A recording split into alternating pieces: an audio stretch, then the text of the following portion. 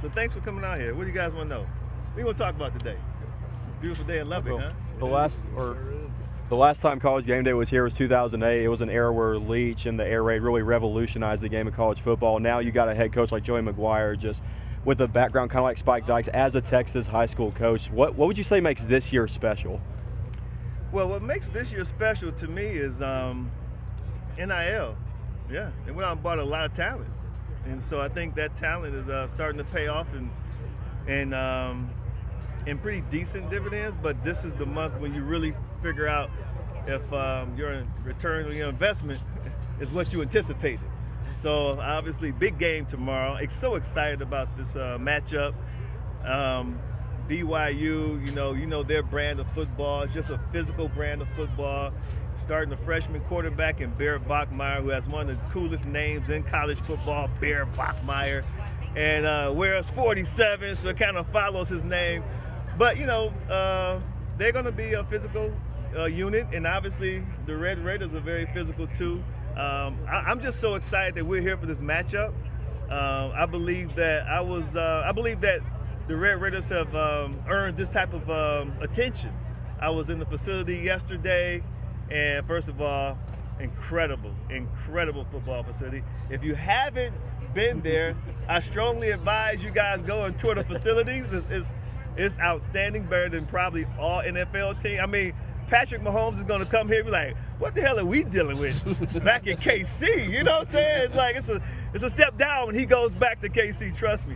But anyway, up there and talking to the players, and they understand, the challenge ahead, and they're looking forward to it. So it's going to be a great matchup tomorrow.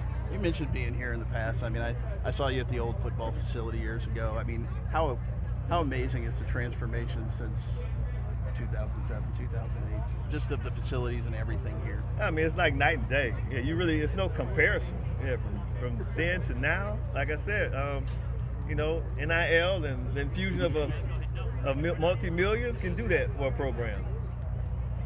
Desmond, as a Heisman Trophy winner, Desmond, how do you think the season Jacob Rodriguez has had, could he potentially see himself end up in New York at the end of this year?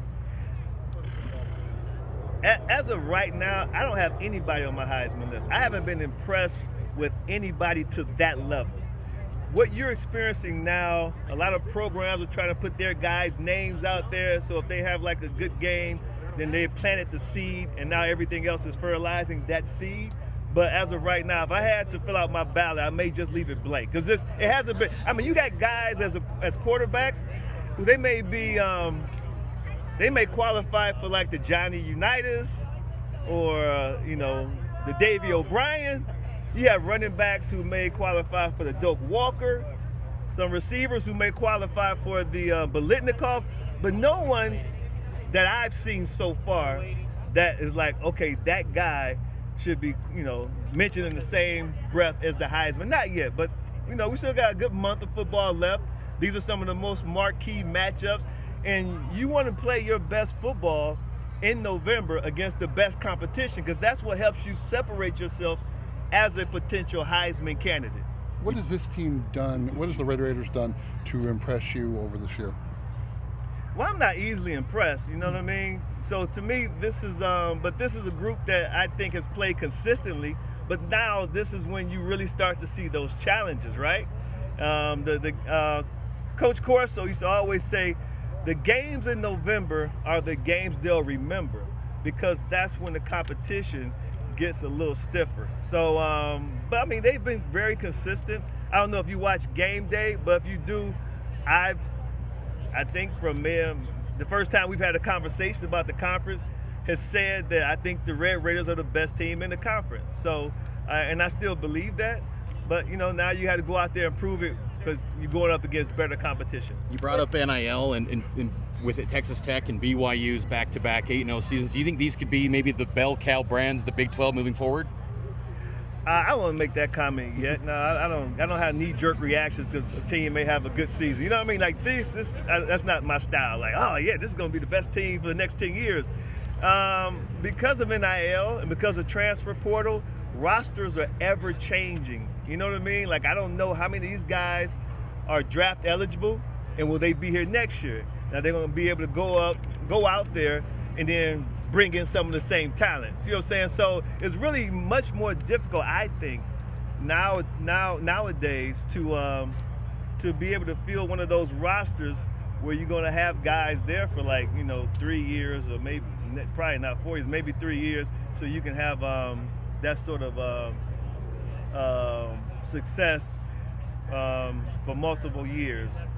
Do you think the Big 12 has earned the right to have multiple teams in the playoffs, or do you think that the winner tomorrow is really going to play a factor in 1, 2, or maybe 3?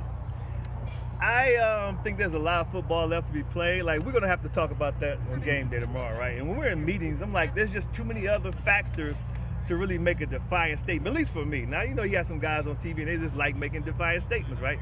Yeah, this is this and this and that, then they're just dead ass wrong, I'd rather let it play itself out, because that's what's going to happen, because you just have so many different things that can happen that can change the outcome as far as these teams making it first to the Big 12 championship game and then ultimately to the CFP. But it's a great question.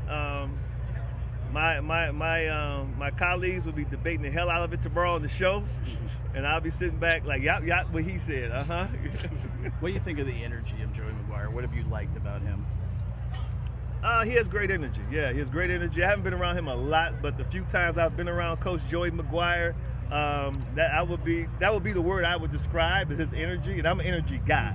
I'm all about energy. So he's the type of guy who, when I've been around him, has exuded just great, positive energy, and it's always good to be around people like that.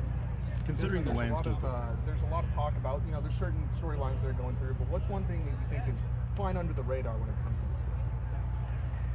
this game? Man, flying under the radar?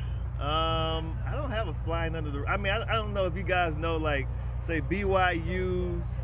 It depends on how much in the weeds you get. They're getting JoJo Phillips back. He's a wide receiver, 6'5", 205 pounds. And so he's a threat in the passing game. So they're getting him back.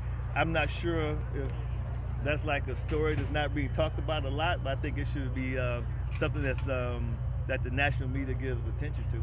Considering the landscape of roster management, how common? I'm sorry. Considering the landscape of roster management, how common do you think multi-year contracts are going to become? Multi-year contracts for players, athletes, or for yes, sir. For athletes? Contracts are not worth the paper you write them on. So who cares? They always break them, right? So, that's my answer. They're not worth the paper. You sign a contract, then you can transfer to a school the next season, right? Contracts ain't worth the paper they're written on. What are your impressions of Kalani Sitake and what he's built at BYU? Same thing with coaches, too. Contracts ain't worth the paper they're written on. They break them all the time, buddy. Man, listen, Kalani Sitake is, one of my favorite coaches. I just like what they stand for. I like his approach, and I like the toughness and the grit of his team. So I'm old school that way. So I have a lot of respect for Sitake and his coaching staff. I think they do a really, really good job, and they've been just so consistent too. So that's what I love about it. It's time for one or two more. The city of Lubbock hasn't had an atmosphere like this since the last time y'all were here. Yeah. What would a win mean, not just for the team, but for all of Red Raider Nation tomorrow? I'm not a Red Raider guy, so you gotta ask them that. With what, say, Indiana has done, you've talked about Texas Tech, Clemson has kind of fallen off. How much of that? He said kinda. How much of that do you attribute to the way the structure of the game has changed in the last 3, 4, 5 years? So with what's the with question? the NIL and transfer portal, how much of teams like Indiana and Texas Tech rising and Clemson falling, do you think that's attributable to the structure of the game changing in the last few years? Yeah, so I think that it's really obvious that the portal has really brought about some sort of parity in college football. And with the portal comes NIL, so there's no doubt about that.